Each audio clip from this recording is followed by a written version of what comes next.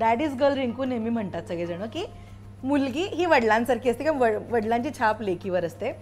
तुमच्या स्वभावाबद्दल मला इथे जाणून घ्यायला आवडेल. किती साम्य आहे, किती वेगळेपण आहे, काय आहे नेमकं?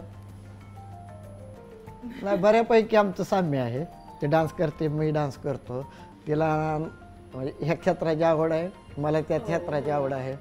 मी एखाद्या छोट्या गोष्टीवरनं लगेच चिडतो, ती पण छोट्या गोष्टींवरनं लगेच चिडते. हां, पण थोडा वेळ गेल्यानंतर ती गोष्ट लक्षात आल्यानंतर आम्ही ती पण ऍक्सेप्ट करतो. म्हणजे आपलं चुकतंय ह्या गोष्टीबद्दल. आम्ही दोघंही प्रचंड इमोशनल आहोत. म्हणजे आम्ही चटकन रडू शकतो कोणी काय बोललं तरी.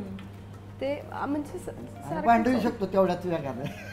म्हणजे घरात पप्पांचं लाडकं कोण आहे, तू का सिद्धू? दोघंही. कारण दोघांनीही तितका मार खाल्लाय आणि दोघांवरही तितका जीव आहे त्यांचा. पण काका तुम्ही सगळ्यात जास्त कोणाला मारले, रिंकूला? खरं एकदम खरं सांगायचं पप्पा.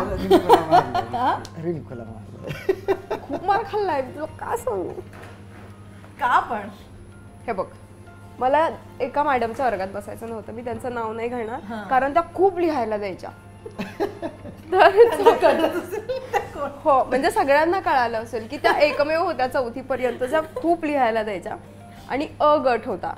तर माझं असं होतं की नाही मला एवढं करायचं. तर मग रोज पोटात दुखणं, आज बरं वाटत नाहीये, उठायचंच नाही.